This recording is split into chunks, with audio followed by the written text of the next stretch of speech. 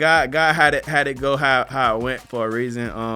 Happy that I landed in Jacksonville fourth round. Ended up going fourth round. It felt like somebody kicked me in my Achilles though. They know once somebody said felt like somebody kicked them in the Achilles. They know that it's torn. What's up, everybody? Man, first of all, I just want to take the time out to say thank you for your support on the DeAndre Francois interview. We've already done over 850,000 views across all platforms, so shout out to y'all. You guys have been liking, sharing, subscribing to the platform, and we appreciate you. We have another dope episode coming for you today with Ventrell Miller, former Florida Gators football star, Jacksonville Jaguars linebacker.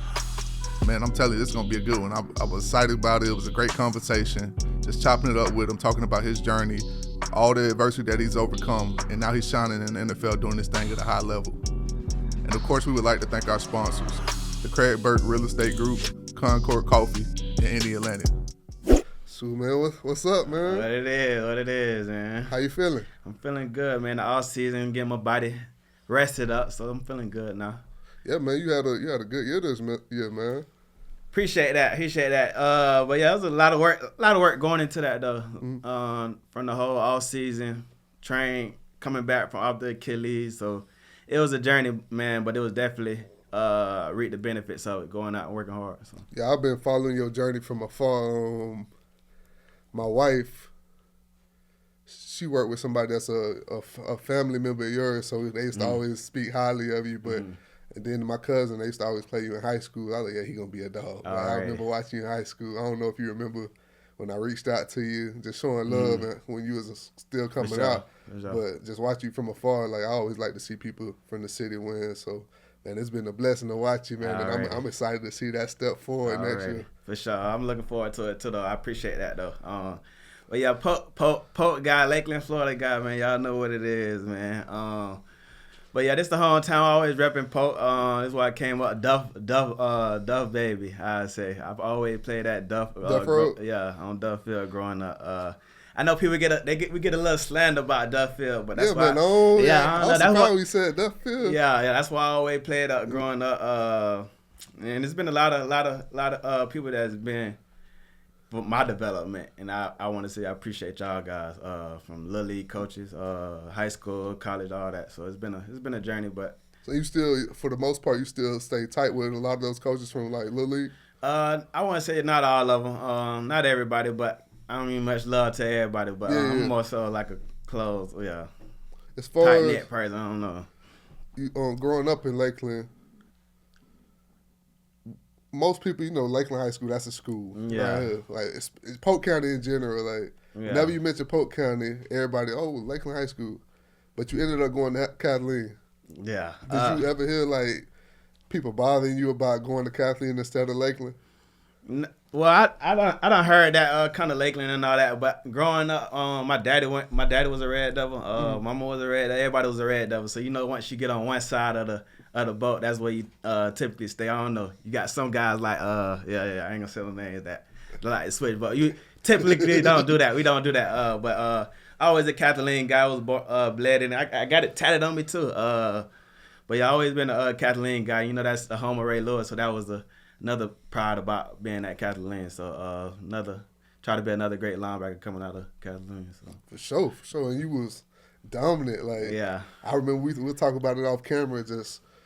I remember having a cousin that was playing at Bartow, and I'm from Lakeland, and I used to always have to hear it in high school, like, bro, why you went to Bartow instead of Lakeland? But we ended up moving. All right. But one of my little cousins, he was playing at Bartow, and he was like, man, they got this linebacker at Kathleen, like, he tough, man, he getting all the looks, and I'm like, let me check him out. And I remember it was a play on your highlight tape, coming down, smacking. I'm like, okay. I definitely set the tone that I think that was my junior year at the Lean. Oh my gosh, went crazy that year. That's the year we actually were undefeated until we played Lakeland the last game of the season. We undefeated and lost the Lakeland game.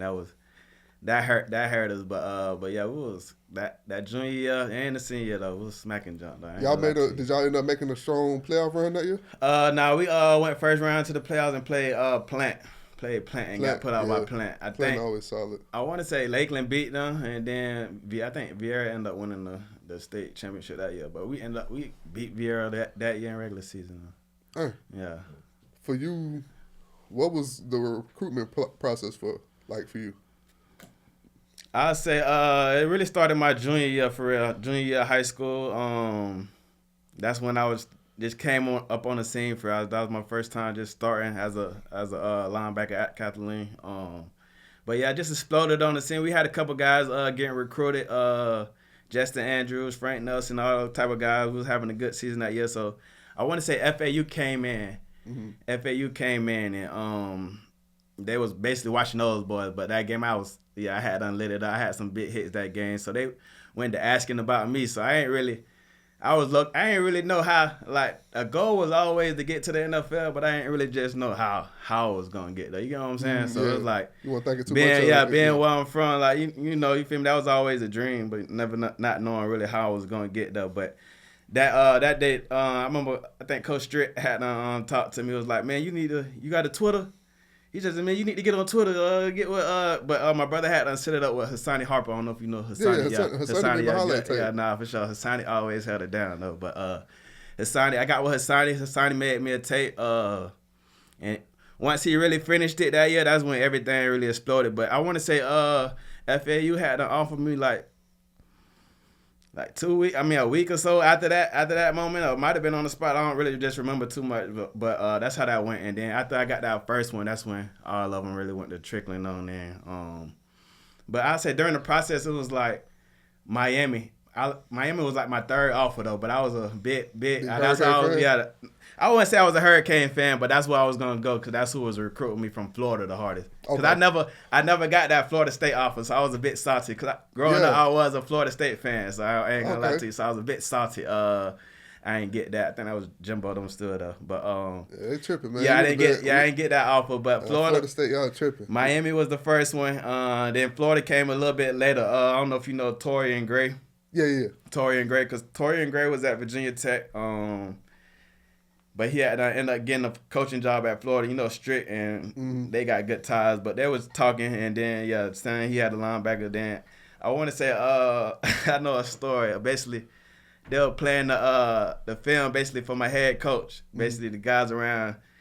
And long story short, they was like, oh, why haven't we offered this guy yet? Basically, after he seen those big hits that started my club off on my junior year. So that was a funny. But ended up getting that Florida offer.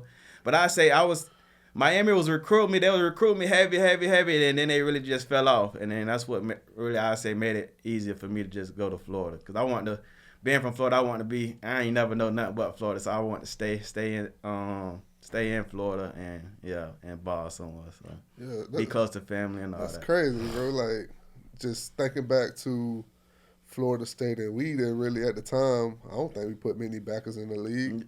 I want to say they had Derek Brooks' son, I think they took on some last scholarship. I don't know. I don't really know how that jump went. But that's how that was. But definitely wanted that Florida State offer, so I had to make them pay for it a little bit. Yeah, I definitely understand. As you should.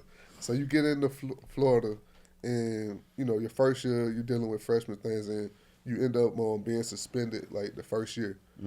Kind of, you know, walk me through that process, you know, as a freshman, and you excited about playing, you getting acclimated, but then, you know, you're not going to be able to play for most of the year. Like, kind of what's going through your mind? I got into Florida. That was a big opportunity for me. It was special. Nobody had never really been to a D1 Power 5 organization like that, so I never really just knew what to expect going in, but I was excited that I got a chance to even play for the University of Florida. So I definitely got into some trouble. Really, just growing up, I'd say. Trying to figure young kid trying to figure things out. Building a mind for my own, I'd say that as well. Just little things went into that.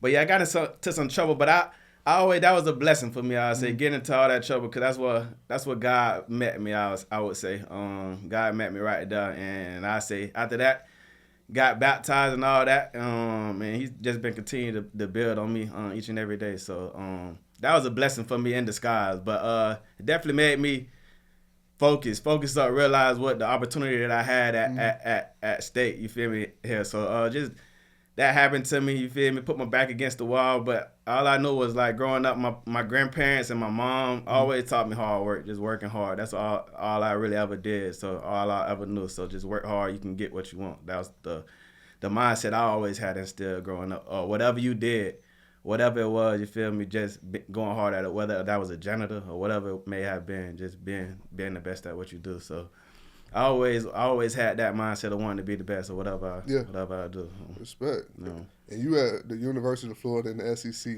a lot of tradition, a lot of history, a lot of championships. Yeah. Did y'all feel a lot of pressure knowing that y'all had those high expectations? I'll say for me, I don't feel like it was just really pressure, but it was just the culture of being at Florida. Like, you expected to win go to a national championship area. That was the mindset going into it. Like I said, I had a few head coaches at the University of Florida, but that still never changes. Like, the fans expect us to be, you know what I'm saying?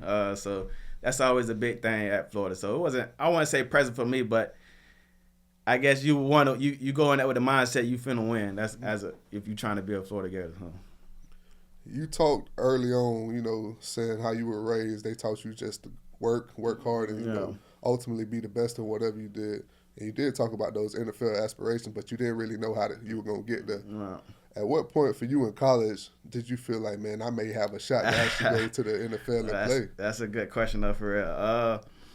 I say so. I had my hiccups my freshman year.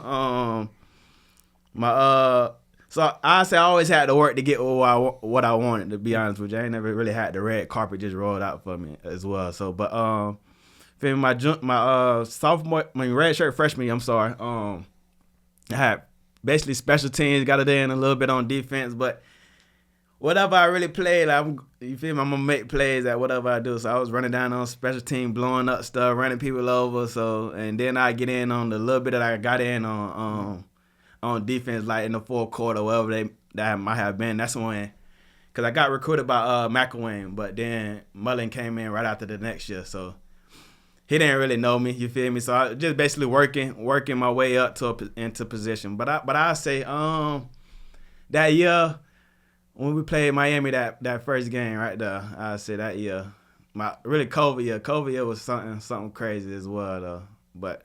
That Miami year that was when I first got onto the scene a little bit. I wasn't really a every down linebacker, but I'd be in for most of the time. Third down, they'll take me out a little bit. But I burst onto the scene, I feel like, that year. And that's when I really felt like I had an opportunity. Didn't recognize it for real, but I say that COVID year, that's when I really knew. And when the buzz was, people were saying stuff and stuff like that. The COVID year, I mean, for y'all, that was a tough time just in general in the world. Yeah. How was it trying to balance all that stuff and then trying to go out and play football and put yourself in the best position to be successful on the field? Yeah. I know for me, I felt like COVID was easier times for me, I say.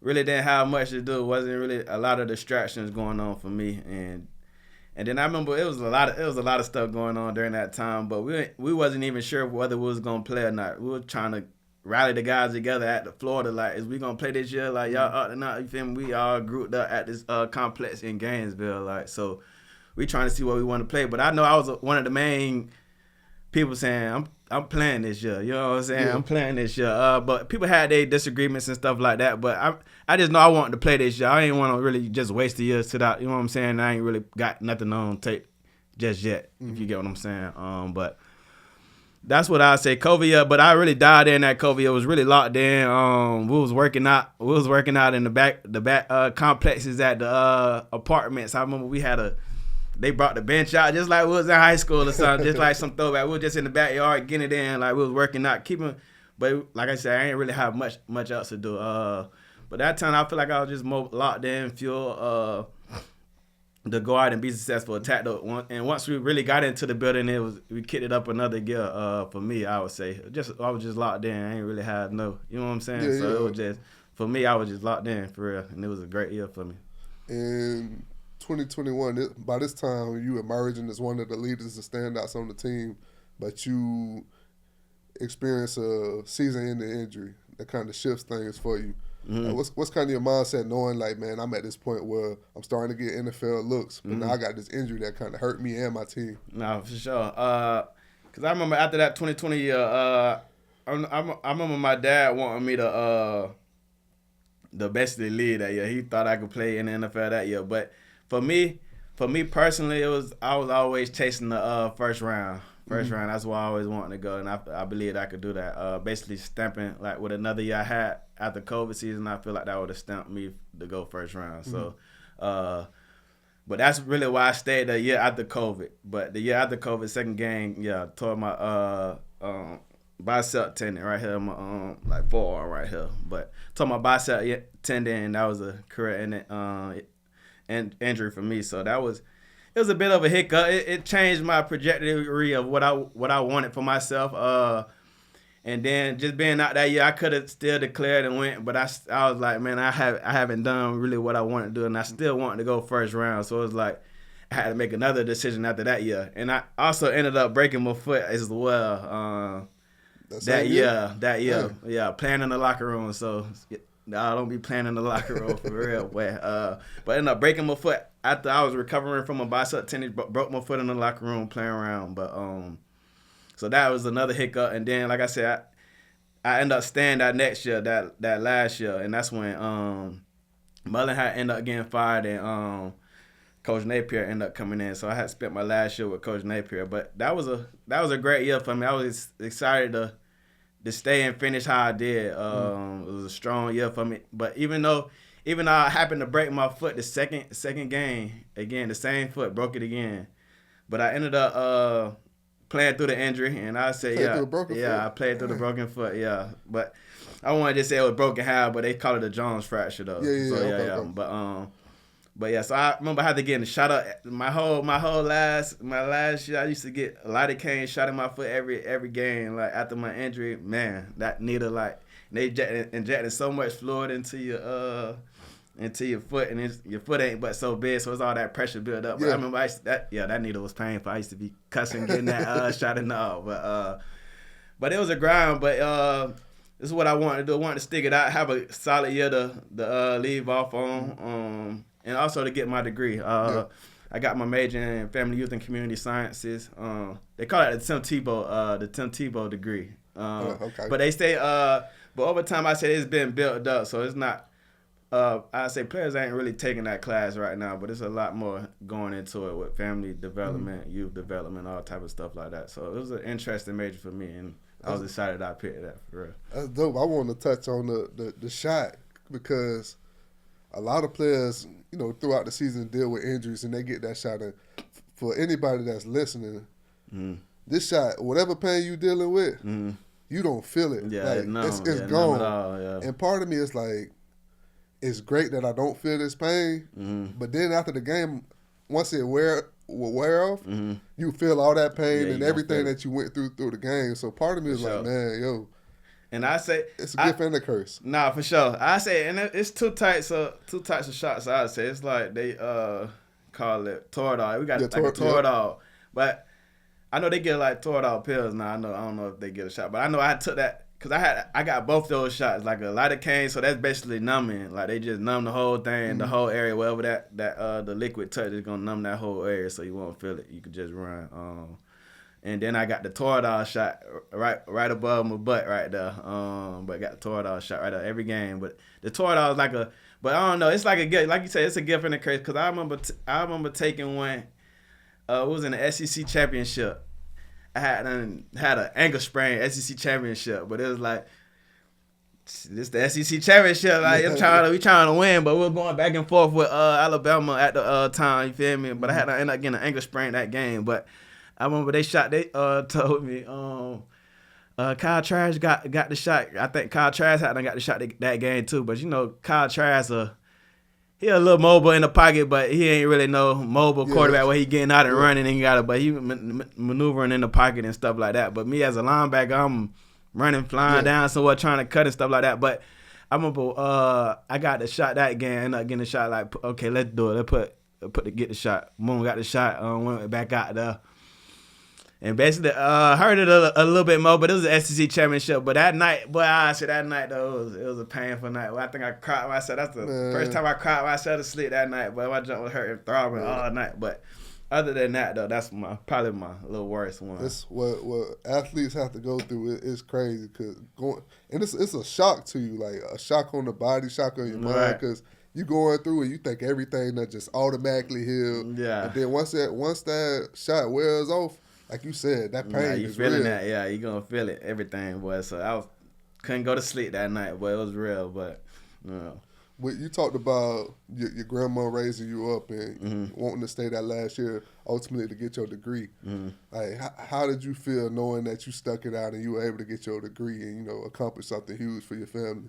That's big. My brother also got his degree. Ended up getting a master's also at FAMU. But that was just big for me. For me personally, it was big for me. Also, I know for my grandparents, my mom, just to see their sons doing good things, big things. So I know it was a blessing for them and for me as well, just to have those credentials behind me. And at this point, you graduate, and now you're looking at the NFL. Yeah. Kind of walk me through that process. Where you currently projected at this time? So yeah, I was told a couple things, but that whole process, that was another crazy little process. Just trying to figure out who I wanted for my agent to represent me.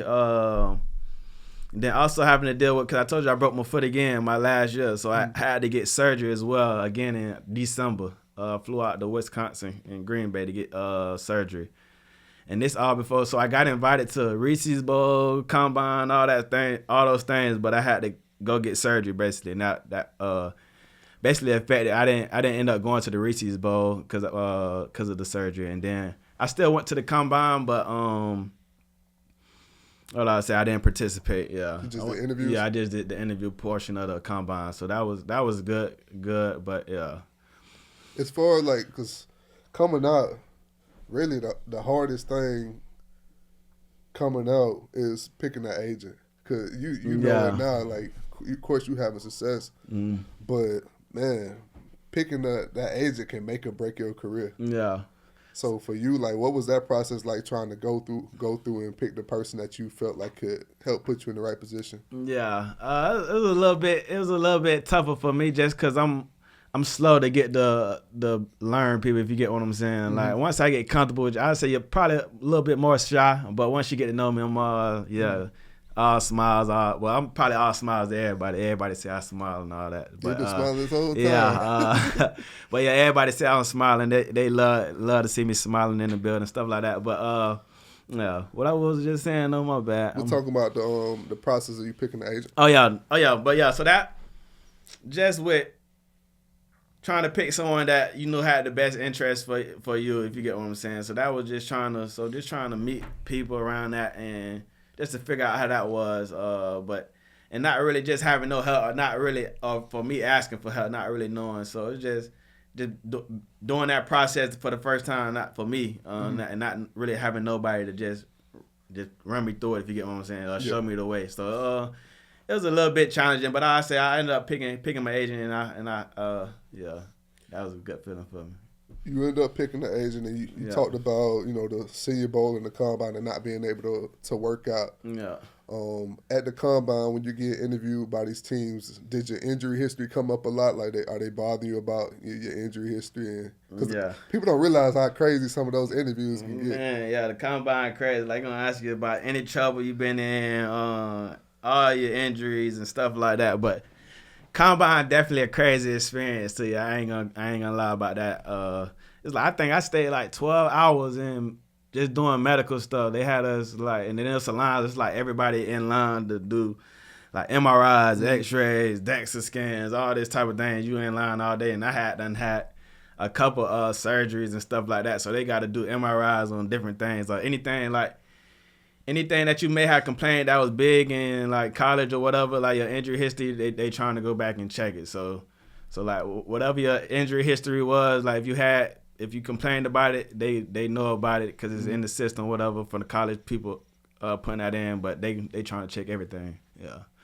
Yes. Yeah, the long process. Yeah, and I ain't even participating. That jump was it was crazy. Yeah.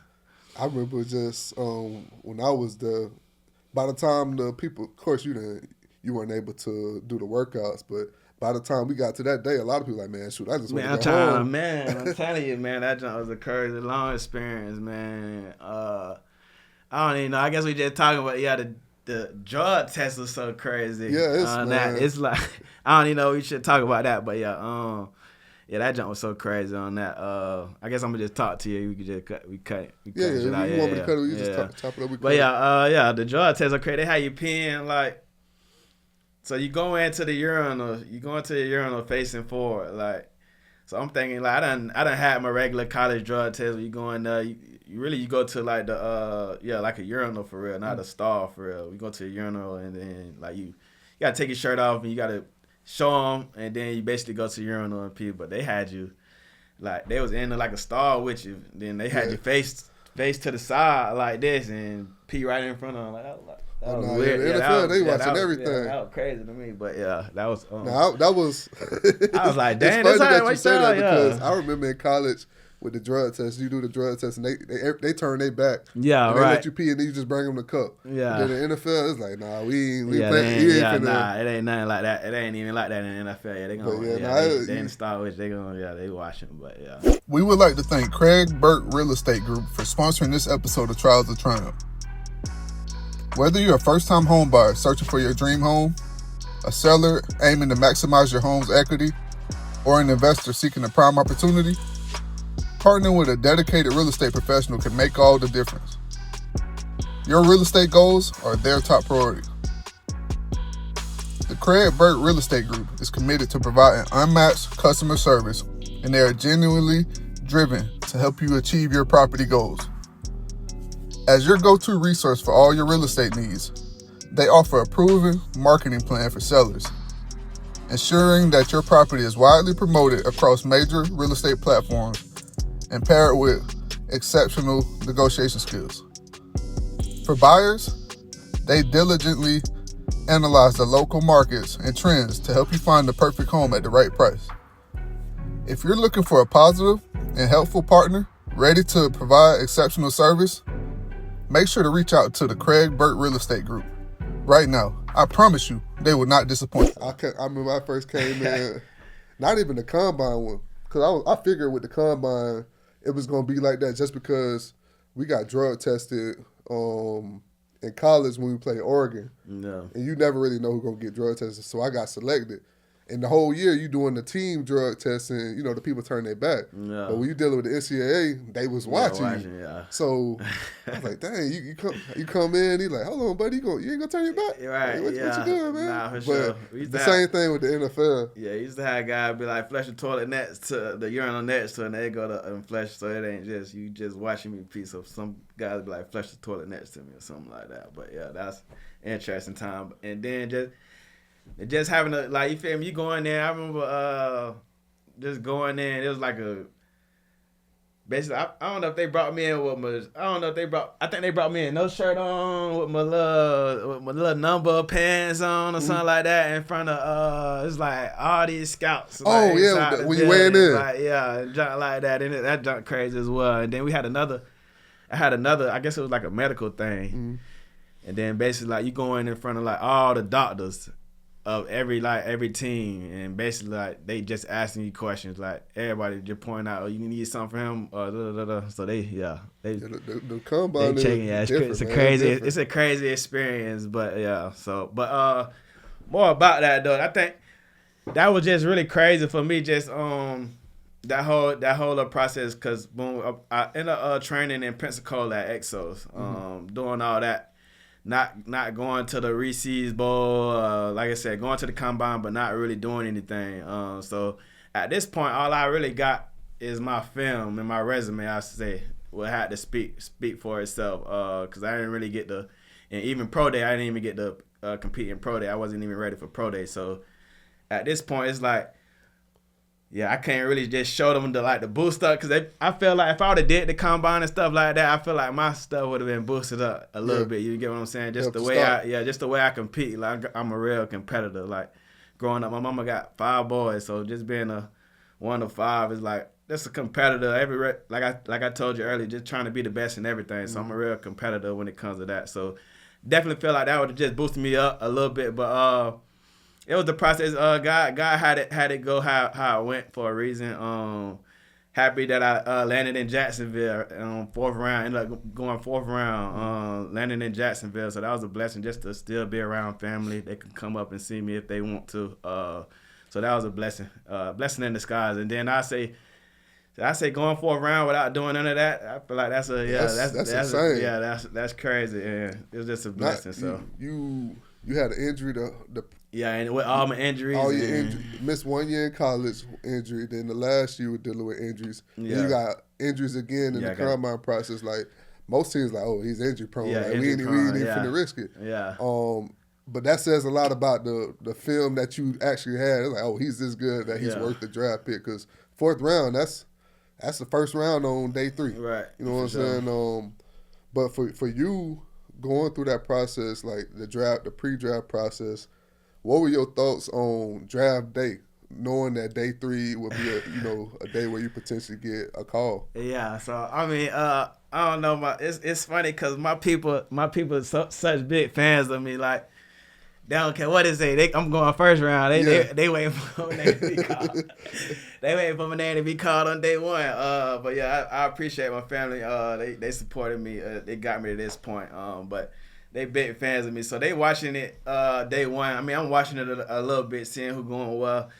But it's like, cause when I got to the draft process, it was like I'm not really knowing like who or where I was gonna go. I ain't really know. They said they like day 2 or 3, like that's what they was really saying. They third or fourth, like that. But they ain't really gave a number, if you get what I'm saying. They weren't really specific on when you was gonna go. So it's like once you get to that point, I'm just like watching the TV, like at a point. But it's like watching the TV and then not getting called. But it's like it's frustrating a little bit. I ain't gonna lie. To me, it was. You see people getting picked that you may feel like I was like, dang, like, hey, okay, I'm waiting. This, but it's all that anticipation is like it just built up. But I remember I was like, man, I'm done watching the. Really, after that day 3 went, I mean, the third round had done went. I was a little blow about that. So I was like, man, So the next day came on, but I watched it for a second. But I ain't watching this junk no more. Ended up going up because we had a little rental spot out there in Kissimmee, the Kissimmee area. When people came out of that from a job party. But next thing you know, I went upstairs. I went laying in the bed. I'm laying in the bed at this point, and then I get a call like it's like a 904 number. So I'm excited at the moment, but I'm like I ain't even watching it. So I got on the phone and it was Jacksonville. They was calling me.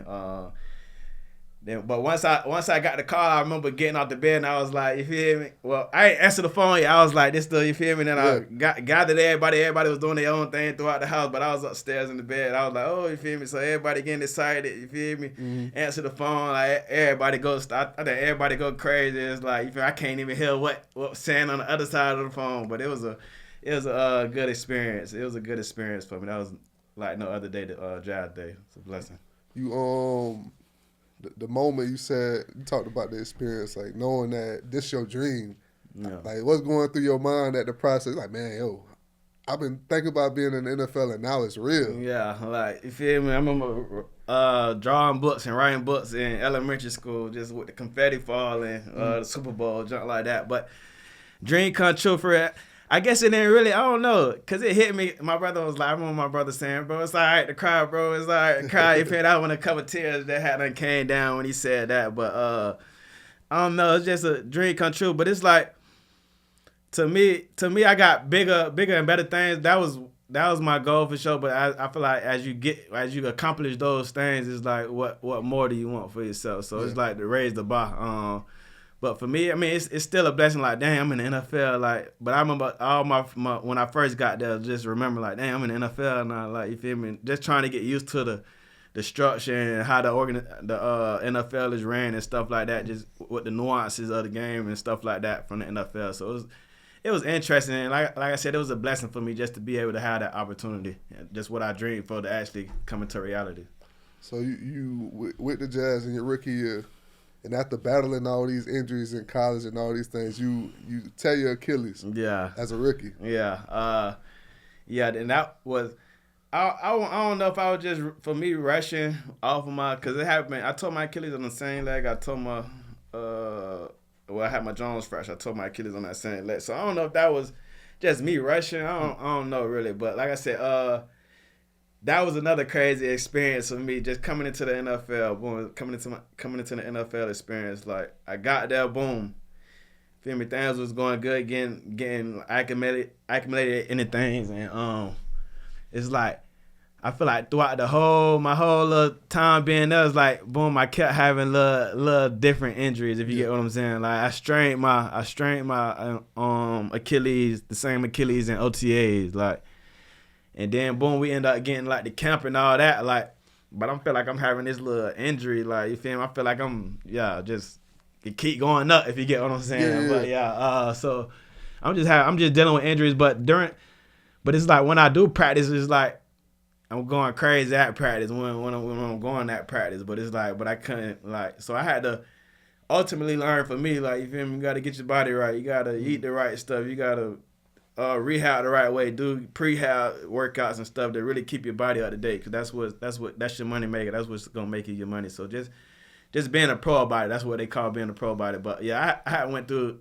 all that, just injuries after injuries in camp, but like I said, I was balling. But you feel me? Then got to the preseason, was balling in preseason, racking up sacks and stuff like that. But like my last preseason game, ended up tearing my non-contact, just backpedaling out the break, coming out the break, non-contact pop. But it was like, but they said that feeling like it felt like somebody kicked me in my Achilles though, like so I hop off to the sideline 1 foot like that, and then I'm telling my trainers like, somebody kicked me in my Achilles. I don't know what. You feel me? I'm telling the trainers that like somebody kicked me. So you know in the NFL we got your iPads and stuff where you can go back. So my trainer not coming back to me. It was just wasn't nobody behind you, but they know once somebody said felt like somebody kicked them in the Achilles. They know that it's torn. Yeah, did Achilles you see it like happen on camera? Like did it show? Like could you tell? Yeah, I could tell. Basically, just how I pulled up off my foot, just out the back pedal, just break. It's just like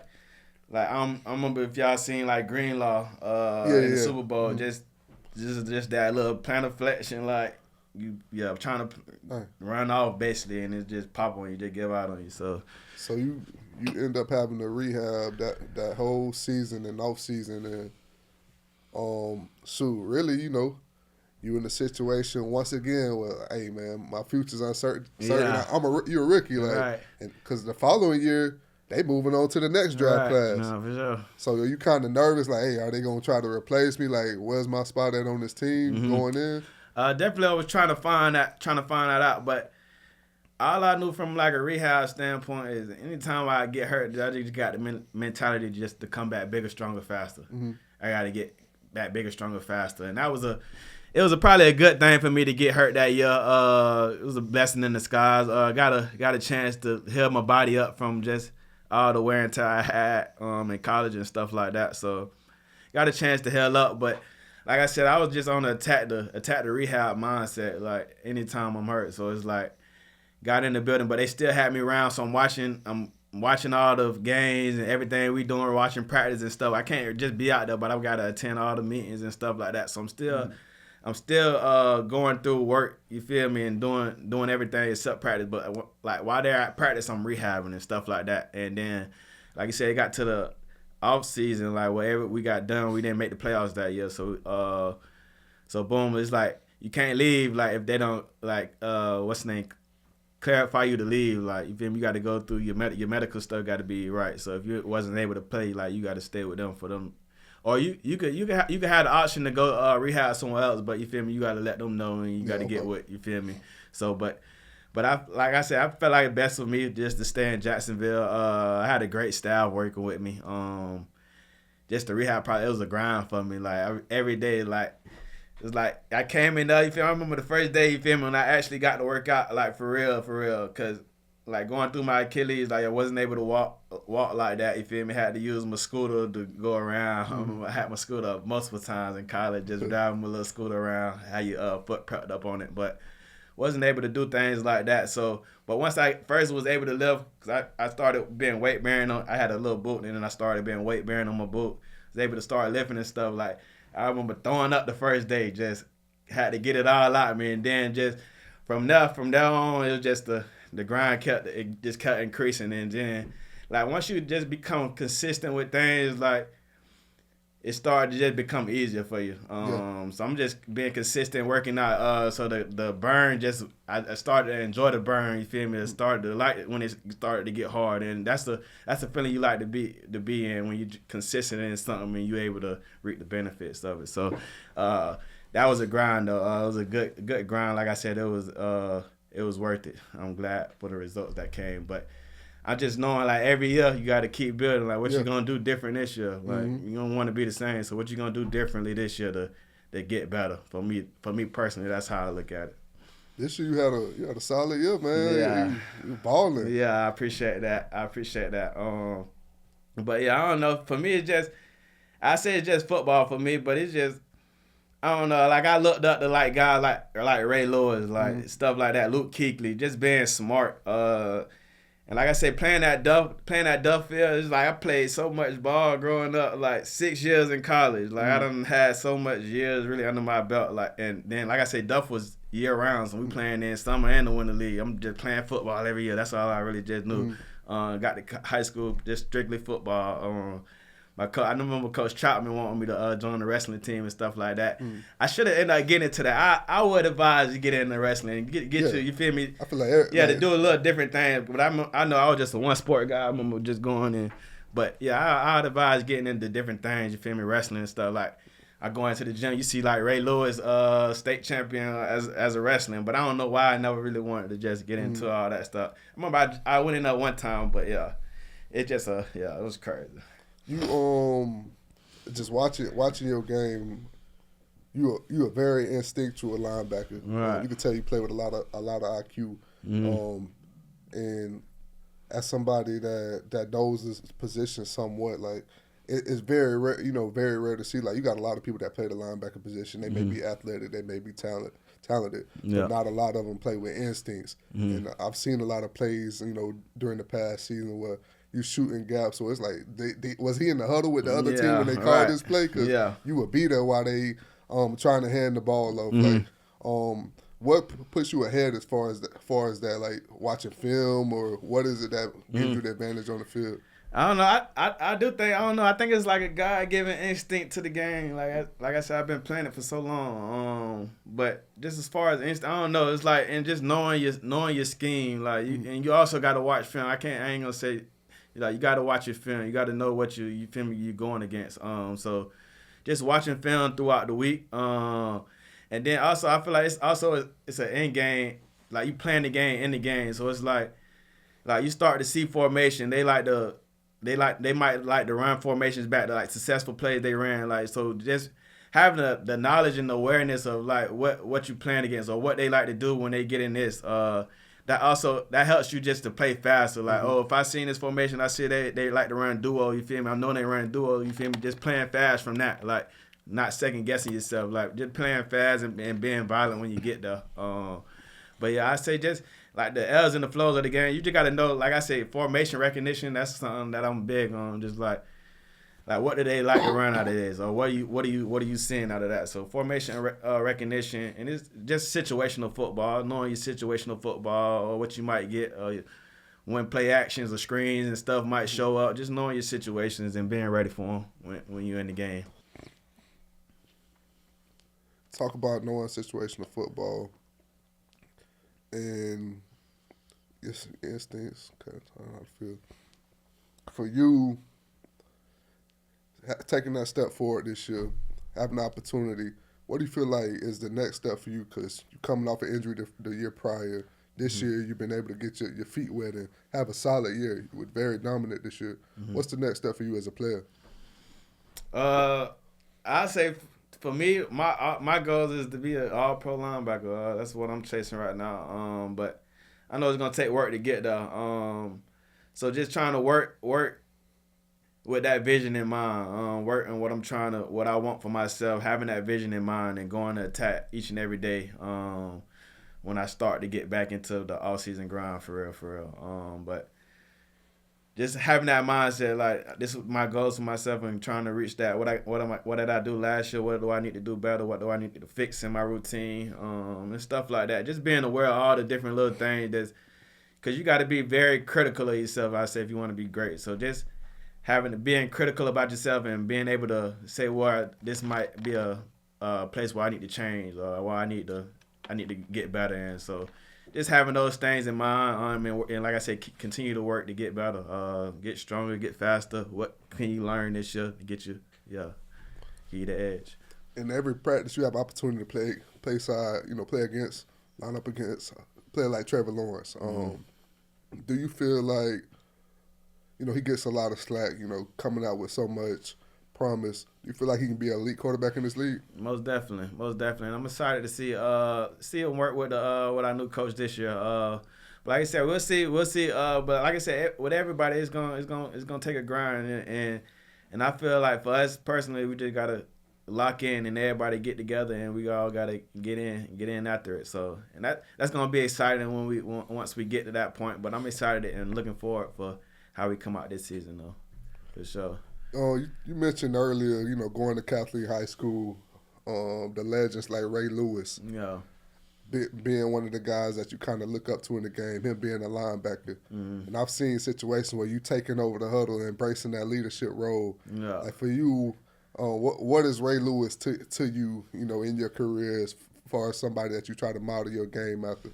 Yeah, I really say just the passion that he played with. You know that he loved the game. When you love the game, give you back love. And just and he always preached effort. That's always been the thing. Like I'm always trying to give him maximum effort, whatever it is. Like whether that's running down the ball, clear area, just in case. You might not know whether he breaking out, but that time you do break, just being in the right position. And then I know. Like, you feel me, when you're around the ball, good things happen. So, you feel me, just trying to be around the ball, whether that's running. And I know Coach Chapman had us running those pursuits out of early age in high school, just pursuing this way, you feel me? So, I always knew just pursue your effort to the ball. And when you pursue, good things happen. So, I always had to, like, when I listen to Ray, that's one of the things that he always preached, and that's what I try to implement in my game. Just always being around the ball, effort to the ball, trying to, and just as far as the vocal leader, I just feel that comes when you're passionate about the game. And I know for me, I'm passionate about the game, been playing it for forever. So it's like it just comes naturally. Like when I'm out there, like I'm like you can ask anybody that just played with me. It's like I'm like your biggest cheerleader, like at practice, wherever that is. Like I'm yelling at practice. I'm excited though. You feel me? So I feel like really when I walk into like a place, like they like once they start to see that, they gravitate to me. Like, you feel me? I'm starting to get the respect of my teammates now, and it's like, you feel me? It's a good feeling, and you just continue to build on your leadership skills, because you feel me? You got to be a leader to be a Mike linebacker. So just embracing that, being a leader, man, and you feel me, doing things the right way. That's what I always, like I said, was raised on. So in the league. This a fun question. I always had them players that I went against. It's like, all right, you're going to have to pack your lunch today. Like, they're going to bring it all game. For you, like, which backs, when you see them on the schedule, like, all right, I'm going to have to be on point in this game? Yeah. I know for me, I said we play, I don't know, because it's a different mentality, but now that I'm looking like back at it, it's like, okay, I played Shaquan. Shaquan was like that. I ain't gonna lie to you. I give him his props. Just a shifty back, like, and he's like big, lower body big, like, he got balance, you feel me? And like bad shifty, jump cutter. He can hit you with anything for real, and he ain't really going down by arm tackle. So I say, Shaquan, Josh Jacobs, he was bigger than I actually thought, to be honest with you, just going out against him first. Just lower body, just in the balance contact that people have, like, you feel me, is impressive. But I think those are two of the bats that I say that I feel like was. And then I didn't play Jonathan Taylor, so I can't give an impression on him. Yeah, because the time we played the Colts, he didn't play, so I started that game. But yeah, then the last game we played him, I didn't play, so I didn't get a chance to really. But yeah, I played some decent bats though. For sure. You had a opportunity to play with Anthony Richardson for a little bit in college, right? Yeah. What's it like now? Like, he ain't on your team no more. You got to go against him. Yeah, I got to go against him on the coast. AR, good dude. Talented as no one could be. Athletic, like freakish, like. But yeah, I had fun playing with those guys. Like I said, just those college relationships that you build last forever. And then you look at AR going first round. It's just motivation to, you feel me? And it's just motivation to see like someone I play with. Oh, this is a franchise quarterback now. Yeah. So I'm excited for him and his journey. Want him to continue to work, get better. So excited to see what he does throughout his career. You talked about your faith being a huge thing for you. Yeah. What are a lot of things outside of the game, like hobbies that you have that you do for fun to kind of get away, unwind? I play that game. I'll be on that mat trying to use myself a little bit. You played the NCAA. You play that too? So I guess I wasn't a fan of NCAA. I ain't gonna lie to you. I think because they brought it out. I think because they brought it out when I got out of college, I was a little bit salty for real. But yeah, since I was on Madden, I was like, I'm playing Madden. I ain't lying. But no, I haven't really just gotten into the NCAA just yet. But I think I'm finna fall back into it once we start going crazy at Florida.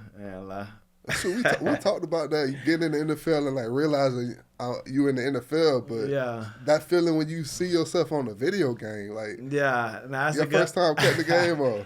It's a good feeling though, but I ain't gonna lie to you. I get tried. I'm gonna get tried by my brothers. My brothers don't. They gonna try me. Well, you're 60 something overall. He tried. I don't want you.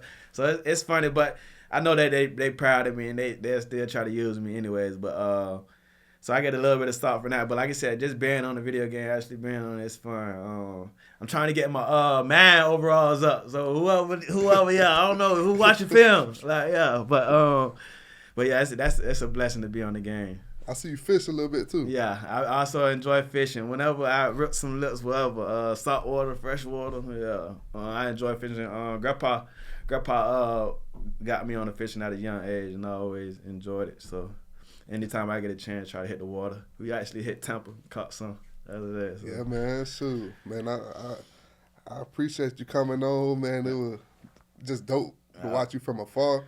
And just to get the opportunity to sit down with you. Like, you've been smiling this whole interview. All right. And I don't even think I smiled as much. But I ain't got no choice but to smile with you on here. But one thing I'll say for sure, just no matter what, what happened in life, keep that smile. All right. Don't let life take your smile, man. For sure. I appreciate that, though. Appreciate you having me, though. For sure. I got to share a little bit with y'all. But, yes, sir. Appreciate it. All right. No worries. Man, Ventrell, man. It was awesome being in this room. Just hearing his story, going from Florida Gators to Jacksonville Jaguars, Lakeland guy. Yeah. I mean, he grew up idolizing Ray Lewis like a lot of us did, I think. But he was a little closer to where he was from. But no, that was a spectacular interview. He's gave us a lot of insight into the draft process and everything. But I mean, I think he's going to have another breakout year this year if everything goes well. Yeah, he's healthy now, man. Just staying healthy, that's always been the biggest thing for him. You just look at his story, his journey. This man went in the 4th round without really playing his last 2 years in college, and then he didn't participate in any of the pre-draft stuff. That's, like, ridiculous. And just being able to, finally get on the field last year, you saw the flashes, you saw him standing out. He had a great year, and I expect him to take that next step now that he has a full year of being healthy. But the energy, like you see him the whole entire interview, he's just smiling, man, and just the energy that he brought. You happy for a guy like that. You root for him, especially with him being a hometown guy. So I'm excited to see what they do this year. Yeah, I mean, he's playing for a great organization there in Jacksonville. I mean, as far as like wins, not necessarily the best the last few years, but fan base, and location. Jacksonville's an up and coming market as far as just sheer intensity and everybody wanting them to win. So he's definitely in the right spot to become a star.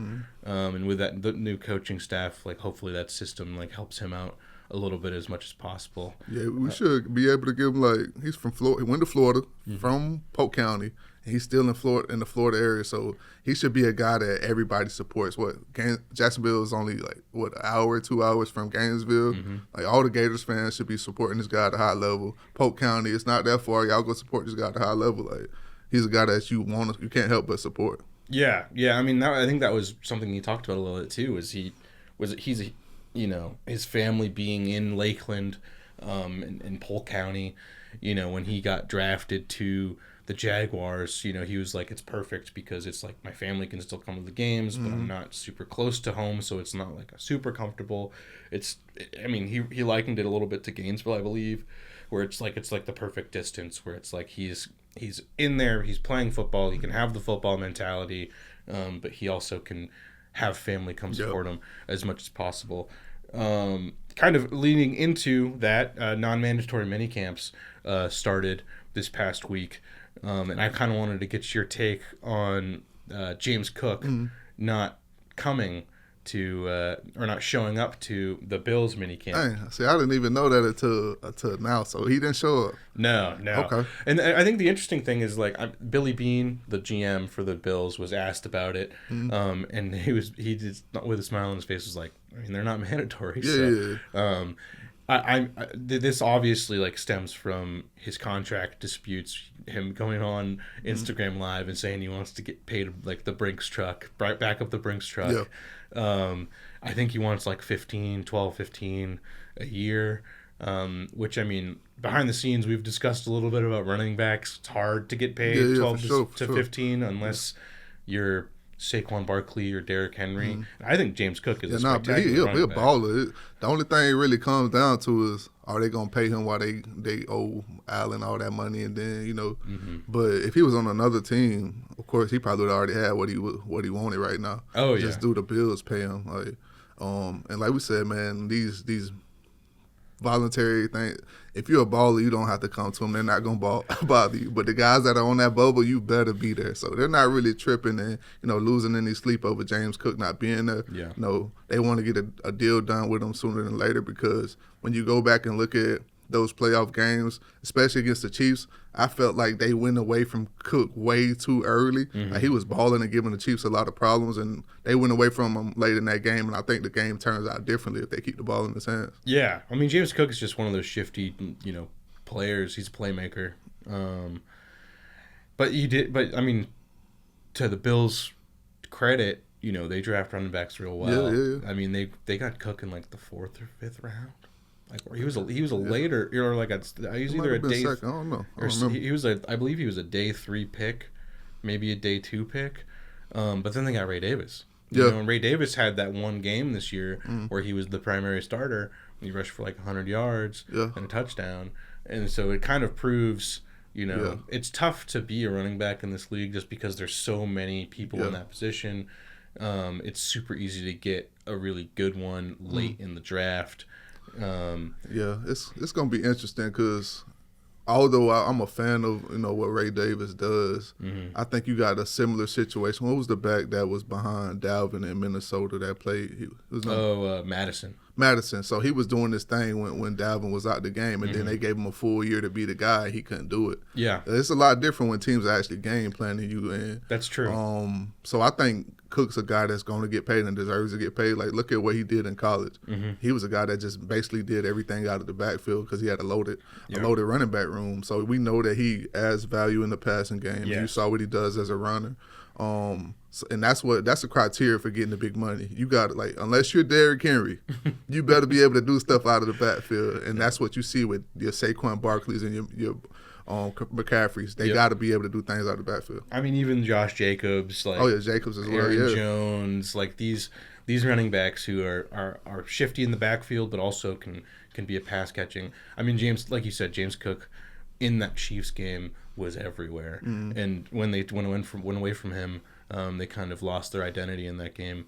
But that kind of brings me to this coming draft. We have another transcendental, quote unquote, running back in this draft, and that's Ashton Genty. I feel like he's one of those weird running back prospects where he could I mean, I wouldn't be surprised if he goes top 5, but I also wouldn't be surprised if he's like a later first, early second round pick. I don't know if you've have any opinion on, where he's going to go or where you would like him to go. But. Man, I was sitting back. I don't bet anymore, guys. I've said that a few weeks ago, but when I was betting, my locks every week, throughout the season, Boise State was always a lock for me, and it's because of Ashton Jeanty. And you would see every team load up that box, and they weren't that really good. They weren't really that good, but Ashton Jeanty was a baller, and his skill set translates. If he played at Alabama or one of those other teams, we wouldn't even be having a conversation right now because he's that good.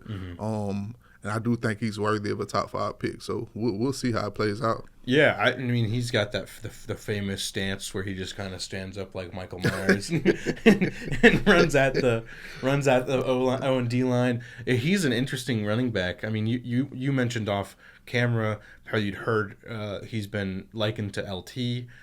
Which, I mean, that's a spectacular comparison.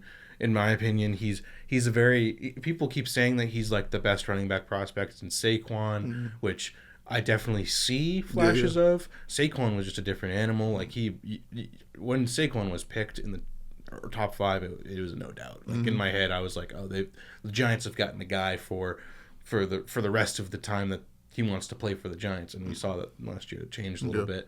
And, I mean, then you see... he was a huge part of that team winning a championship. So it's like it completely shifts how people are thinking about running backs. Yeah.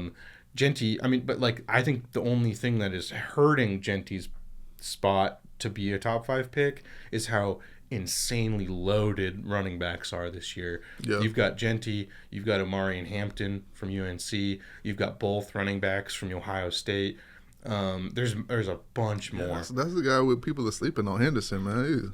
Trey Henderson is spectacular, and then Quinshon Judkins is another running back who is spectacular. It's just I could see him going top 5, and then not another running back going until like the middle of the second round. Yeah. It's one of those. And then people also, I mean, like people are reporting that certain teams have Omari and Hampton as the number 1 running back. I like Hampton. I like that. And I wouldn't disagree with that either. Like, I feel like Jeanty is, the best back in the draft, but I wouldn't be mad at somebody for saying they like Hampton better because I love his style. And you just got some guys that, although Jeanty, you feel like he'll be a guy that come in and be a number 1 back out of this class. Some guys are just built for the league. Like, even though Hampton may not have had a better year than Jeanty last year, some guys are just built for the pros, and he's one of those guys that I feel like can go in and be a perennial all-pro. He has that type of skill set, but not just him. The guy that I'm looking at in this draft, and I'm just looking at a team that gels perfectly with him, is Trey Henderson. If he goes to a team like the Chiefs, boy, you're talking about a guy that's going to win championships. Is going to be all pro. It's perfect fit for his skill set. So I want to see that marriage. I want to see him end up on the Chiefs. So hopefully it happens. Yeah. Oh, that would be beautiful. He's a very interesting running back prospect. I think that both of those running back prospects from Ohio State are insane.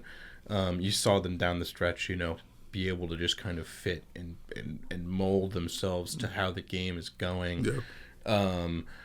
And then you kind of going back to Omari and Hampton, in my head, he not necessarily an all-pro guy, but he reminds me a lot of like growing up watching James White, where it's like he's just super shifty in the backfield. Yep. He can catch coming out, but he's also just one of those dudes that he's got a nose for the ball. He's got a nose for making big plays.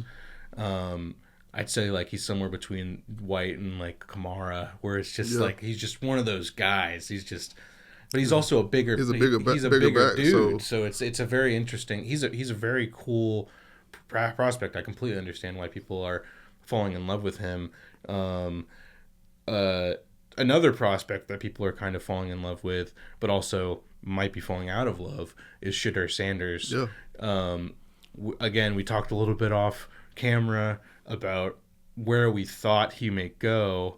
If you asked me 2 months ago, I would have probably said he'd be a top 5 pick.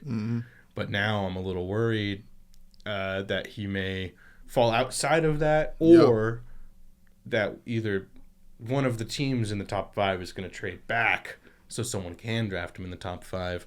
Who do you think Shedeur will go to? Yeah, man, it's kind of been crazy to me to watch the process because he went from being in a situation you thought he was 1 or 2 guaranteed. Like, if Ward goes first, then it's Shedeur, and now that conversation has changed. I try not to read into it too much because it is a draft. A lot of people, it's a lot of smoke and mirrors, so you never truly know. Mm-hmm. But the Saints has always been a team that I've looked at if he falls. Mm-hmm. And then the team that nobody's really talking about that is weird to me is the Cowboys. Yeah. Like, Shedeur going to the Cowboys would be huge because, number one, Jerry Jones loves that attention. He loves that attention. And then Shedeur comes in a situation where he gets to sit back and if they're not sold on Dak Prescott, then he gets the keys to run the show the following year. Mm-hmm. And America's team, like, you play for a team that your pops played for, that's a perfect marriage, man. That's who I would like. Yeah. Keep my eyes on in the draft, the Cowboys. Yeah, and I mean, they seemingly have a stopgap head coach, so it's one of those, if Deion gets a little froggy in the next year or two, he could easily go coach his son. Like you said, yeah, Dak is kind of on the hot seat, and it would be spectacular for someone like Shedeur to sit behind Dak and learn how to be a pro.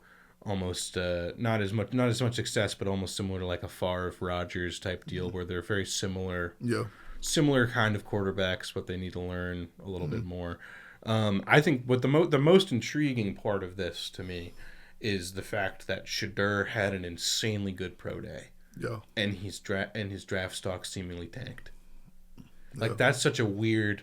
He had a great pro day, and then immediately afterwards, everybody's like, "Oh my goodness, he should be a top 10, top 5 pick," but then he's not being projected that. I think it's a smoke and mirrors thing, very similar to how you're saying, where it's, I mean, you see people coming out being like, hey, his interviews aren't great, he's not doing great in those meeting rooms. I think it's people just trying to get him at like 15. We're gonna have a few picks in this draft like that throw everything off that you didn't expect. It's going to throw everything. I believe it's going to be one of those years. Yeah. I believe Cam Ward is going first, but you're going to have 1 or 2 picks early on that throws off everything, and now everybody's scrambling trying to figure it out because, like, we thought we'd get this guy at 15. Yeah. And we thought we played a good game, or, good game of chess, and now they took the guy that we wanted, so we don't know what to do now. Yeah. Yeah, and I mean, like, going back to betting odds, I think the crazy thing is you saw the swing for him. I mean, for months it was the Saints, were the betting favorites to get him, and then within the last couple days before the draft, it swung to the Pittsburgh Steelers. I mean, obviously they don't really have a quarterback right now. Okay. Like I think they brought back Mason Rudolph. I'm not 100% sure. Which team do you think in this situation? Because it's risky. Like, you look at it and some teams may not want him, but then somebody's hiding behind the scenes, knowing like if he's here when we pick, we're taking him. Yeah. Which team do you think would trade up just to sure their chances up and not take a chance to get him? Honestly, I think a wild card is the Jets. Okay. I feel like I think that's a tough one because they just paid Justin Fields 2 years. But I think that they've been linked to him, and I think if he's up there after the top 5, they would be a team to look at. But then there's obviously the Saints. If you look at the top 5, I think that the last 2 picks in the top 5, the Patriots and the Jags, they don't really need a quarterback. Jags could pull a crazy thing and draft Shedeur, which would be nuts. I think you mentioned hearing something about that. But I think, I don't know. For me personally, I kind of hope that the Patriots trade back and get some picks for someone trying to get Shedeur because we don't need a quarterback. And we also, I think we're going to draft Will Campbell, but I don't want us to. But that kind of naturally leads us into the top 5s in the draft. I'll give you mine, and then I think ours may be identical. Oh yeah, well, and I think it's gonna. I mean, I think we talked about it a little bit. The top three, I think, are pretty much solid. As much as I really wanted the Patriots to get Abdul Carter, I think that it's gonna be Cam Ward to the Titans, Travis Hunter to the Browns, the Giants get Abdul Carter. Even though one of my best friends is a Giants fan, and I keep telling him they don't need another edge rusher. Yeah. But they don't need another edge. But they're going to draft him. It seems like Kayvon Thibodeau's kind of been on the chopping block, which is interesting because I thought he was really good. But Abdul Carter is just that much better.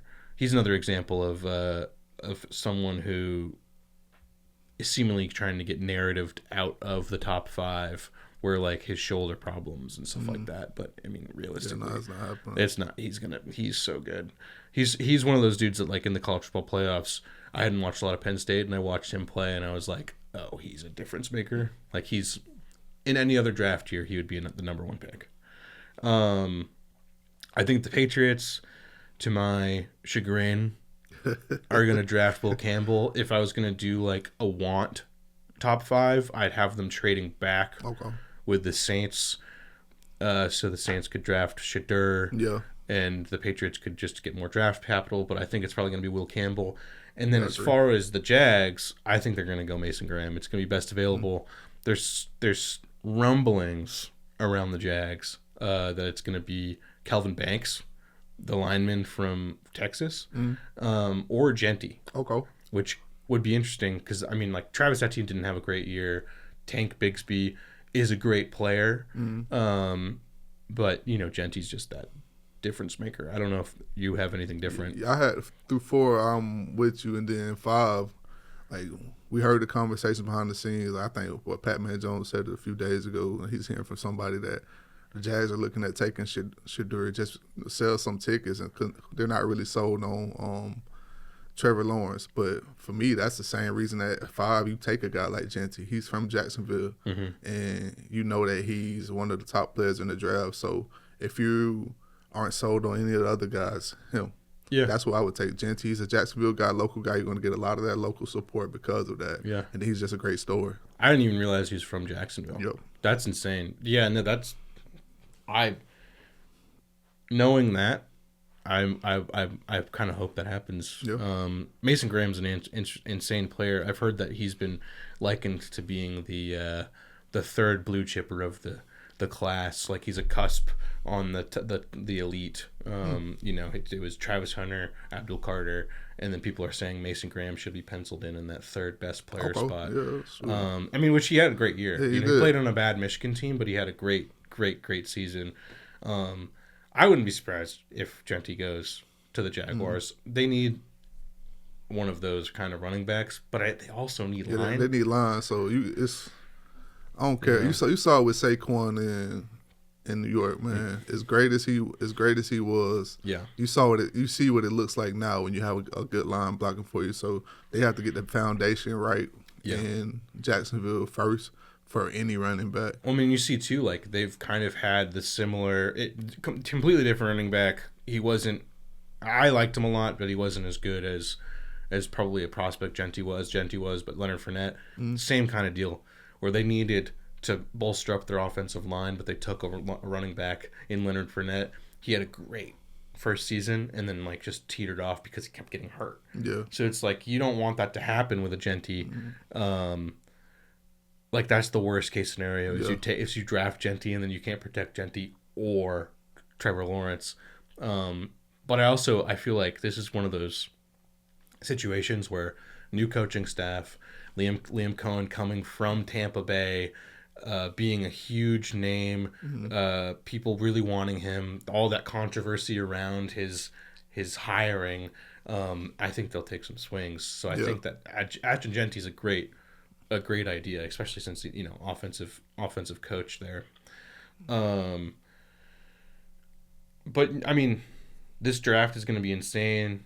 I'm very excited to see how this top 5 goes. I'm very excited to see also where these wide receivers go. Yeah. I mean, you see Golden, who is seemingly taking that number 1 wide receiver spot from McMillan. You see McMillan kind of falling hard because he reminds people so much of those ultra athletic receivers who don't have the route running or the other intangibles. People are likening him to the TCU receiver, Quentin Johnson. Just because he's big and he can jump and he's got an insane catch radius, but he can't catch. But that being said, he led his team in receiving, and he led his team in receiving touchdowns, I believe. That team was an interesting situation where like their coach, after his insane season, like he took another job. Just the game of college football. So I'm interested to see what happens there. I think that he'd be a steal in the second or third round. Just as a developmental guy, it reminds me a lot of like Keon Coleman, where it's like the difference is that like Keon has those stats of like being able to catch. I think the advanced metrics are a little bit better with McMillan. When he's covered, he could actually get separation. But we'll see how that goes. We don't. It's one of the few years you don't have like a elite wide receiver class. You got guys that know all right, and they may just get drafted just because the team's needs. But I don't see anybody just elite in this receiver class. No, well, when it was being likened to that, was it 2014, where it was like Brandon Cook and DeAndre Hopkins, and like I think whatever that year was, where it was Sammy Watkins, like that huge receiving class where it was like a bunch of insanely elite receivers drafted from round 1 to round like 5 or 6. People were likening this class to that for a whole year until the combine, and then a lot of these guys struggled. A lot of these guys who had huge years the year before didn't have huge years this year. But I think it's just with the NIL space mixed with all these coaching changes, like completely changing the way. It reminds me a lot of the COVID year where we didn't have a lot of tape on people, except we have way too much tape on people now. And, it's just the game's changed. A lot. So time. It's going to be super cool. Very excited to see how the draft goes. We talked a little bit about it last week, but extremely excited to see where our guy Willie goes. Yeah, for sure. Hoping it's the Patriots. Also, extremely excited to see where our guy Ryan goes, kicker with the Knowles. People say that he might be the only kicker drafted this year. 6th or 7th round, more than likely. Again, hoping for the Patriots. We need a kicker. But he was electric. Just kind of cheering for those guys. I know we wanted to talk about the movie Sinners. I saw it this weekend. Yeah, I haven't had a chance to see it yet. It's spectacular. One of the more original movies. I grew up watching a lot of like vampire stuff. I don't know why. It was just one of those like little kid obsession. Not little kid. I was like in my teens. But one of those obsessions where it's like I watched like all the Blades, and I watched like Buffy the Vampire Slayer, and I watched like I just kind of, I don't know why, but got this weird obsession, fascination with it. Didn't know it was a vampire movie until I sat in the seat. I knew it was one of those movies where it was just like people are in a place, things happen. Yeah. It's more than likely scary as being labeled as a horror movie. I would say it's like borderline horror thriller. There is definitely like horror elements, but it's not as like, it's not like a Scream. But when I sat down and saw that it was vampires, I was like, oh, this is awesome. And then Michael B. Jordan, he's one of my favorite actors. Yeah, he does his thing. He plays 2 characters. They're Smoke and Stack. Smoke and Stack, yeah. And which is hard. Like that is the coolest part of the movie, is like them, Smoke and Stack, just being like these like cool dudes that like can't like come back to their hometown in Mississippi.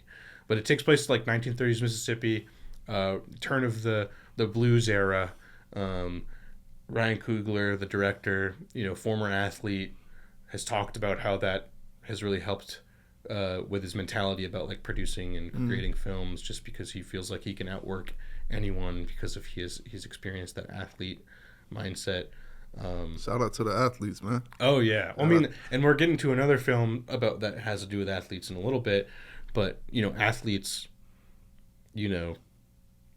kind of bridging this gap between the athletic and the artistic and Ryan Coogler being like the main bridge right now has been really, really cool. I mean, obviously he made Fruitvale Station with Michael B. Jordan. He made Black Panther. He's been a producer in all these big movies.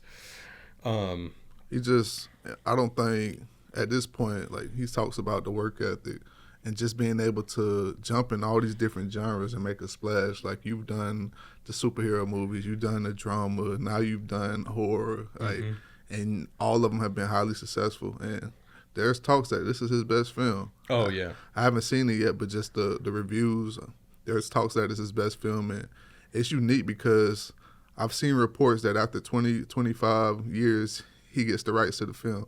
That's a dope situation, man. Yeah, that's such a unique thing too. It doesn't happen a lot. But I definitely think that this is one of those unique films that, like, it could have a lot of legs afterward. It could be a very fun. There could be some really cool spin-offs. It could be its own universe. Not to sequelize everything. I think that the standalone film is something that is lost nowadays. I'd be perfectly fine with that if that's how this film goes. But no, he's kind of really become a trailblazer in this whole industry. I mean, he's a dude who started off as an athlete, writes and produces and directs most of his films. I think all of them, but most, if not most. You know, and then as a black man in Hollywood, you know, getting a deal like that is completely different than any. I mean, we see so many examples of people being taken advantage of, opposed to people getting that kind of deal. And then, I mean, I think personally the coolest thing too is, like, he's getting these blank checks now. Yeah. You know, he's getting these. Supposedly he was approached to. He announced, I believe, but he was approached to remake the X-Files. Yeah, I saw those reports. That's crazy. Which is just insane. Like, that's a huge franchise. Hasn't really been touched in a long time. Cult classic. People loved that stuff. And supposedly he's been given a blank check just to reboot the whole franchise. That's unheard of. You know, there's not a lot of creators, let alone black creators, getting that opportunity. He's definitely, like, he's making a huge splash in the industry, like, coming from being an athlete and doing what he's doing, and then just, like you say, he's having these blank checks now and getting the rights to your own, like, the project. That's dope, man. He's changing the narrative and giving the fans something to talk about. Like, you don't get a lot of films that are original pieces that you rave about like this. Like, everything right now is remakes. Like, you got all these different films that are remakes, and not that they aren't good, but it's like, can we get something new? And he gave us something new. Yeah, he gave us something new, but he also rooted it inside of culture. You know, black culture. It's people have picked the metaphor out of it that is, you know, it's about, you know, the creation of soul music and, like, how. Gotta check it out. You know, it's beautiful. It's a very beautiful film in context, but also it is shot very beautifully, and I can go full film nerd into it. But I watched a whole video about how he shot it on 2 different aspect ratios, and he's releasing it in 2 different aspect ratios as well. It's kind of insane. But it's really cool seeing a film like that just be so successful, winning the box office this weekend, beating the Minecraft movie, Flint and Steel.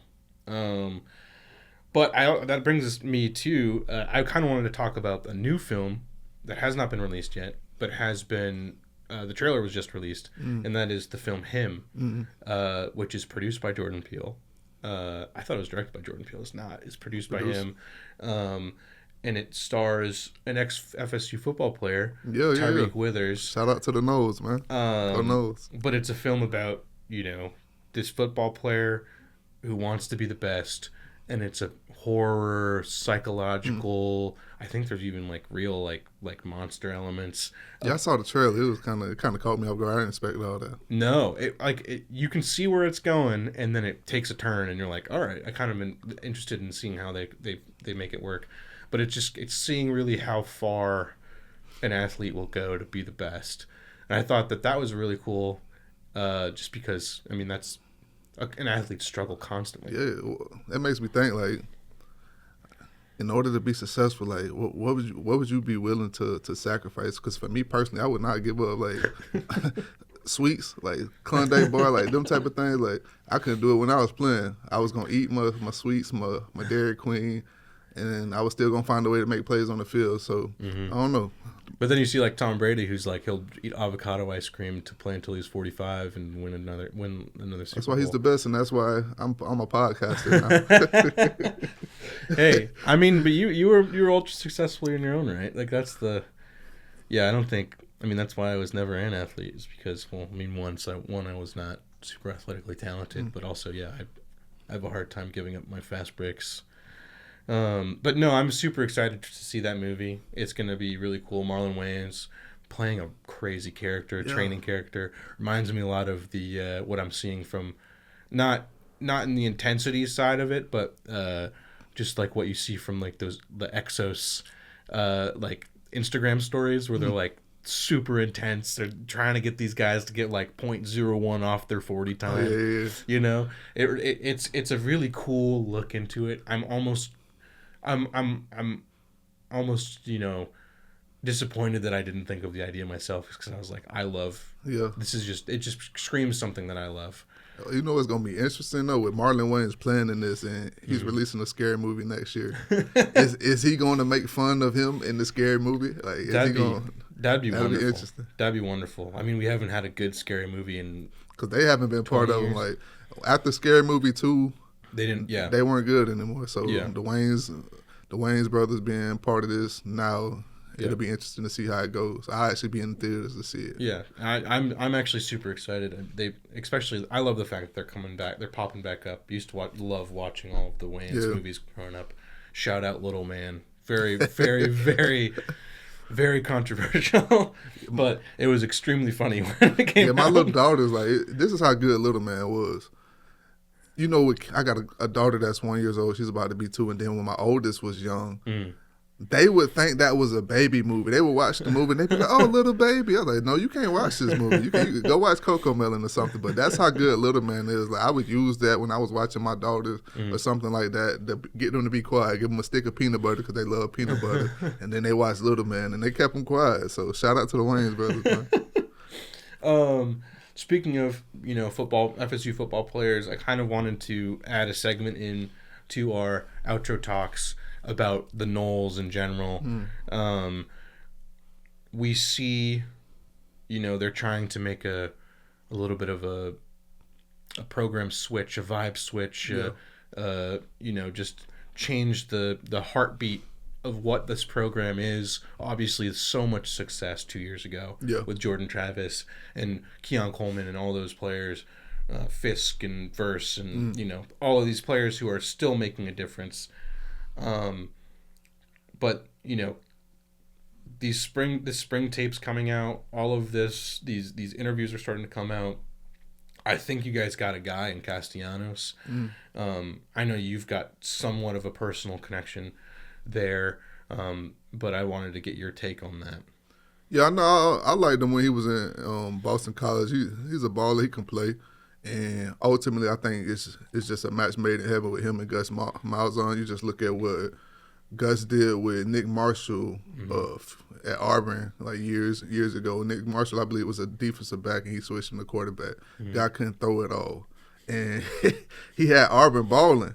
So a guy like Castellanos coming in and, being in that system, I think it takes his offense to the next level. And ultimately it comes down to, last year we didn't have any receivers to make plays. Like, have we taken that step forward at Florida State in the receiving position? Because if not, I don't care who you have back there throwing. Like, he's going to be running for his life with nobody to throw the ball to. So have we taken that step at receiver? Because he's going to be able to make plays in the running game and open things up. He's going to be a guy that rushes for like 800 yards. But do we have the receivers to get the ball to? That's what it comes down to Florida State. Because if we do, then Castellanos can do some things for this team, and we can possibly make some noise this year. Yeah, and I think Gus, too, to your credit, as soon as he came in, the first thing you said was he's going to be amazing at recruiting, and he did a great job as soon as he steps into those doors. Bringing that recruiting class from a very, very low standing to one of the top in the country, between transfer and just true recruits. I loved seeing Castellanos at BC, like you were saying. Obviously, the relationship kind of broke down there, but you can kind of see the track record of Bill O'Brien and those players and everything. He's kind of a, excuse my French, but a hard ass. He's but you've got like Norvell and you've got Gus, and I would say that they're more player coaches than scheme coaches. I think that the Noles have a good opportunity this year to bounce back. Obviously, DJU didn't do exactly what we wanted him to do, whether that be scheme or just physical ability or how he's, felt within the city. Yeah.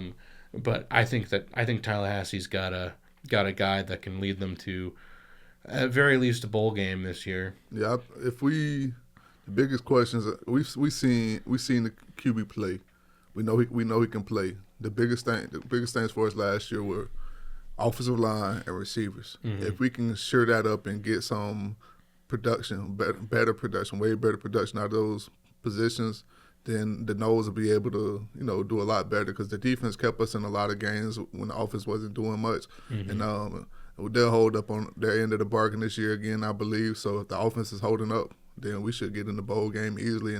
But that's not the standard at Florida State. You compete for championships. So that's the goal. Like, that's what I want to see. Are we taking that next step to start back, compete for ACC championships and get in the college football playoffs? I love that. Yeah, and I think that the expanded playoffs is definitely helpful. If it was there the year before, you guys would have been in not the championship, but in the playoffs, maybe the championship, depending on how Brockland could kind of play into shape. Yeah, I mean, Florida State's in a good spot. I hope Norvell can get it done. He seems like a good dude. Same with Castellanos. He seems like a good dude too. I kind of wanted to talk a little bit about Ashton Hall, because you revealed that you have a connection. So, not me personally.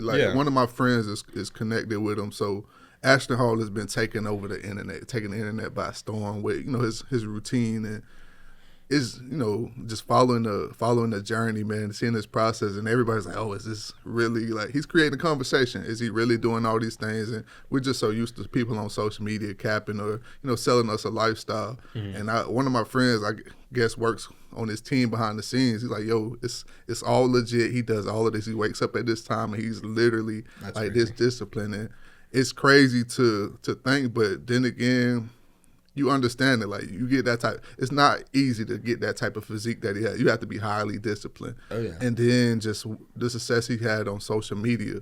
So me, I'm a fan, like, just seeing the success. But then once I found out that he's a former athlete, it's like, all right, I love what he's doing. Like, I guess in high school he played at first coach in Jacksonville. He was like third or fourth string running back. Played at Alcorn in college. And didn't really play, dropped out after like a year or so, then went all in with the fitness. So I'm a fan. Like, just making that transition after sports is not easy to do. And he's found his niche. He's creating the conversation, and that's number one.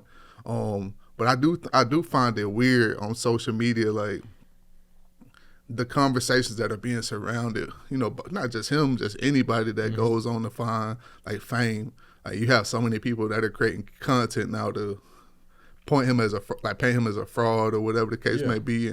And, I don't have any attachment to him. I just think it's weird. Whenever people are successful, you always have these people that try to find flaws in their game. Like, oh, he's not really doing this. And I saw a video come out about a guy trying to say that he was evicted out of his penthouse. I'm like, bro, like, how like insecure are we on social media that somebody else's success bothers us? So for those reasons alone, I hope that he succeeds, man. I just like to see people win. Yeah, no, I get that. And I think that, I mean, stuff like that is just clickbait, and it's kind of weird, and it's I genuinely appreciate when people are willing to, be made fun of in those moments. I mean, like, for me, as someone who it would never do that level of activity for waking up at 3:30 in the morning and putting my face in some Saratoga water, I thought it was. I saw it from a different light, not as an athlete, but as just like as a person being like, "There's no way he's doing this." Mm-hmm. Hearing from you, secondhand, third hand, that he is doing this stuff, I have way more respect than I anticipated. I mean, I'm definitely not going to be waking up at 3:30 and doing all that stuff. But the fact that he's actually doing that and grinding is amazing, and the fact that he's also completely comfortable with himself. Yeah, to the point where he can make fun of himself. He's cool with people making fun of the stuff. I mean, that's the best part about, probably the only good part about internet culture is when you have these moments where it's like someone's just getting famous for being them, even if it is in the eyes of most people like outlandish and crazy. And then they just live and they figure it out, and they don't get their egos too tied up into it. I mean, like you see. The most famous people in the last year or so have been like the AJ and Big Justice, the Boom guys. Have you seen them? No, really. It's the Rizzler. Like there's like these huge. It's like this huge thing where this family, you know, they went to Costco and they give their things Booms. They double chunk chocolate cookie. Like it's very similar where it's like they almost became a caricature of themselves, but they've built such a big business on it. And I think that's what you're seeing with Ashton Hall. It's almost in like the opposite spectrum where it's like he's taking it a more serious route. He's not, you know, putting crazy graphics up and making songs about himself. But he's a cool. He's got a cool story. You know, him being an athlete, you can kind of see, you know, he's got the drive and dedication to something like this, and having heard, you know, through you that he's everything he says he is. Is extremely cool. I was at my birthday dinner a few weeks ago, and one of my friends is actually on this team. And he's from the Jacksonville area as well. So he's like, nah, like it's legit. He actually does everything. And like, all right, I didn't really care anyway. Like I don't, you know, I don't sit up and think about people's life, but I know that's what a lot of people on social media do. But my biggest thing for him that ultimately like makes me want to support him is he's blown up, and some of the people that, you know, showed him love back in the day, like he's looking out for them. He hasn't like acting Hollywood on them. That's when you're a real individual, like that'll make me support you, like because you have a lot of people that are like fake in this world and they'll switch up on you fast. So once I heard that made me. But I think he's a guy that the content, you know, is fun, it's trendy, it's creating a conversation. But for me too, it's like, man, listen, you see this guy, like we saw him, we were following him years ago when my friend was telling me about him. I think he had like 300, 500,000, and like now he's over like close to like 14 million or something like that. He's gaining like millions every week. But it just goes to show if you put the work in and you're actually disciplined. Like I think that's why he's found success. Like that lifestyle, like, he's disciplined. It's not about what he's doing; it's about what he's not doing. And he has this saying that temptation, like he goes to sleep early. He says temptation lives at night, so go to sleep early. And it's crazy because you always hear the saying, the freaks come out at night. Like you think about like as a man, you think about the women, like go to sleep, bro. It's nothing but temptation. The freaks come out at night. But for me, that's also when the cookies and ice cream come out. So I go to sleep early. Like I'm on the diet, I'm eating clean, man. But then all of a sudden around 9 o'clock, I get this craving to eat me some cookies, some ice cream. So maybe I need to start going to sleep at 8 o'clock myself, man. You know, probably hit me some fitness goals. Yeah. No, he's definitely becoming huge. I love that I love sometimes that he's willing to like kind of dramatize it up a little bit too. He takes himself super seriously, but not in like a bad way. Yeah. But yeah, I mean, that pretty much is everything we wanted to talk about. But I wanted to talk to you a little bit about your weekend as well. Your daughter won. Yeah, they won the soccer championships. She's a champ. She got the ring at home. It's gonna take about a few years to grow into that thing. They got a ring that fit on my hand. Oh, they gave her a ring? Huge ring. Like it's gonna take a few years to grow into that. But nah, she was excited. At first, she didn't really know that she won because we were like coaching her up throughout the game. And she thinks when we're coaching her up that they're losing. So she didn't really know until they gave her the rings. But then she was excited. We got ice cream and things like that. And she sent us a dope message. Like she sent a voice message on the phone. You typed it out. It's like, I appreciate you guys so much for staying hard on me. I'm so happy that I won the championship. I love you. I'm like, man, shoot, as a parent, that make you feel like you're doing everything right. But oh yeah. It was a dope weekend, man. That really made my weekend. you're going into it, you're not really knowing which side of the spectrum you're gonna come out on. You know, because the team that she was playing, they had a player that's dominant, so you didn't really know like which side she was gonna come out on. But they ended up winning at 63, and we got the happy side of everything. So yeah, no, that's amazing. It was great seeing and hearing how much fun she was having on the soccer field. I mean, I know this is like her first like athletic endeavor. I mean, her parents are, you know, athletes, and so it's somewhat that's what they say, huh? So it's cool just seeing from afar, you know, how much excitement she's having, and I hope that she continues to have as much excitement with it as possible. And I mean, it seems like she's already getting super competitive, not in a bad way, in like I think she's wired like that, not even just with sports. Like, she is, when you talk about holding herself to a high standard, like, you don't even have to bother her. Like, when she was younger, I thought I did, but now it's like she comes in and I only got a 90 on my test, I want to get 100. Like, that's how she is, like, straight A student and very hard on herself. That's hard to instill in someone. It's even easier to keep it going. I mean, that's, you know, she's on a good track, so you're doing a good job. But yeah, no, I think that's really everything. Kind of wanted to tease next week's episode. Yeah, we got a great one next week. It's a big one, a huge one. You know, potential Hall of Famer. You know, Major League Hall of Famer, man, absolute legend. Andrew McCutchen, man, guy that has made a huge splash. Has been on covers of video games. Been MVP of the league. So I mean, we got the chance to sit down with him during spring training, and man, he gave us some stories that we haven't heard before. And I know the fan base will be excited about this one. Yeah, no, he's a super nice guy. We were fortunate enough to film right in the spring training park. So it's another location switch episode. Not in the studio. It's outside, and it's gonna be amazing. It was a great episode. He was a great dude. So be on the lookout for that. Again, thank you all so much. It's been a great journey, and we're still going to keep going. Make sure to... I'm coming in on 2 million views in our first 2 episodes, and that's because of you guys. So thank you for all the shares, the likes, the comments, subscribing. Like, continue doing what you're doing. This is just the beginning. We're going to continue to put out dope stories, and we appreciate your support. Yep, and thank you so much. Make sure to like, comment, subscribe on this episode, and keep tuned for the next one.